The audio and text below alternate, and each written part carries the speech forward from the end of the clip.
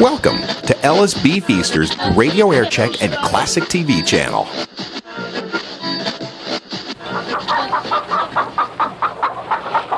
Today is Wednesday, and today Jamie Sullivan can't wait for dinner.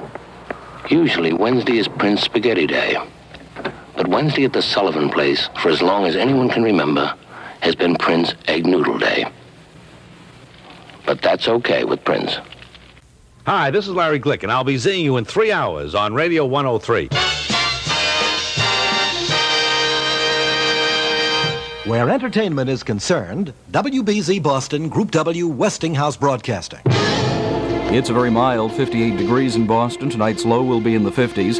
I'm Ted Larson reporting the 9 o'clock WBZ News. And it's brought to you by Villas on the Green, the exclusive condominium community just north of Palm Beach. England has a new prime minister tonight. Labourite Harold Wilson today regained the post he left in 1970 when his party was defeated by the Conservatives. Over the weekend, former Prime Minister Edward Heath tried to form a coalition cabinet. However, he said today he could not and resigned. In elections last week, the Labour Party was voted a very narrow lead, but it wasn't large enough to have a clear majority.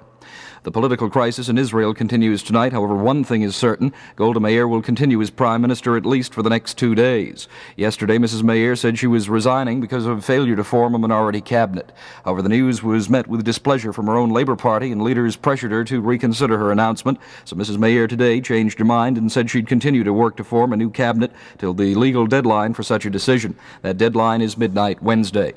United Press International tonight says Greek billionaire Aristotle Onassis may scrap plans to build his $600 million refinery in New Hampshire.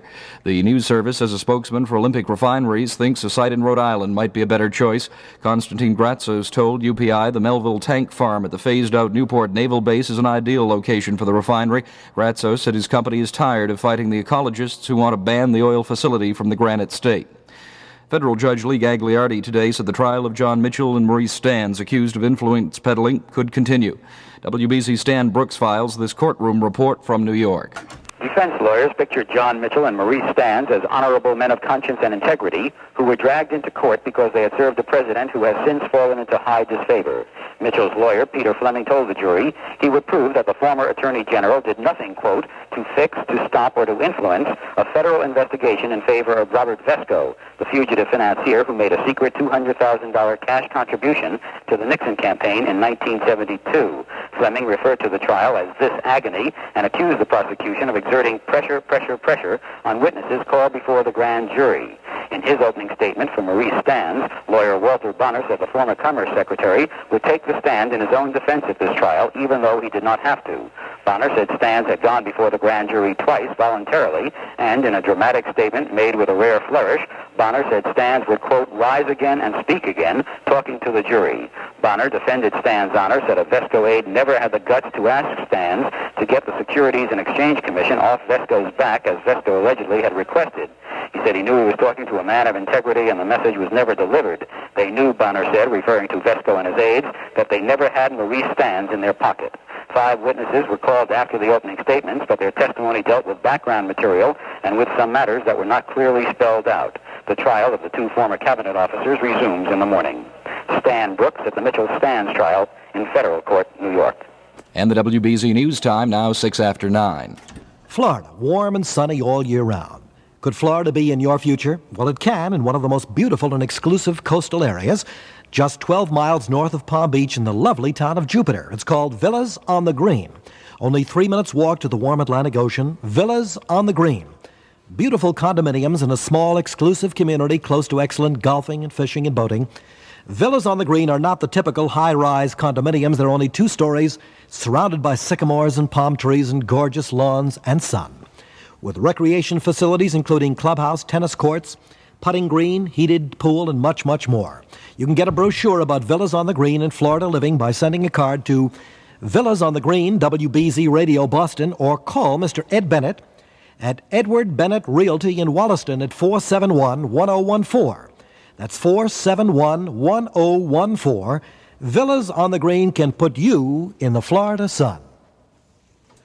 Federal Judge John Sirica today ordered a hearing for Wednesday on the controversial secret report handed him by the Watergate grand jury.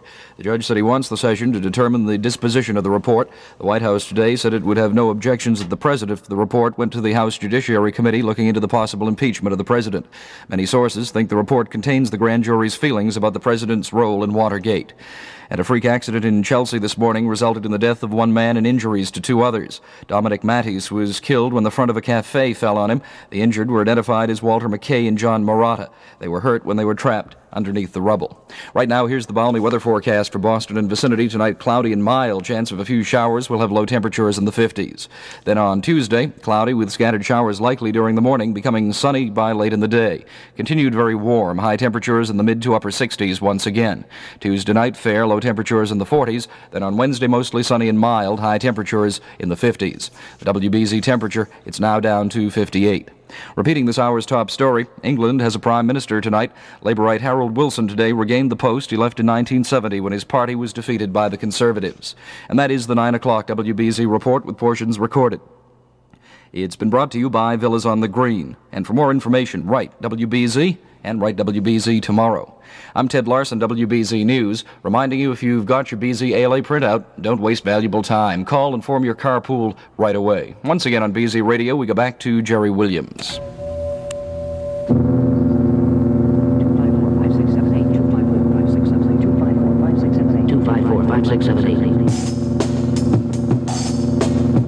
254-5678.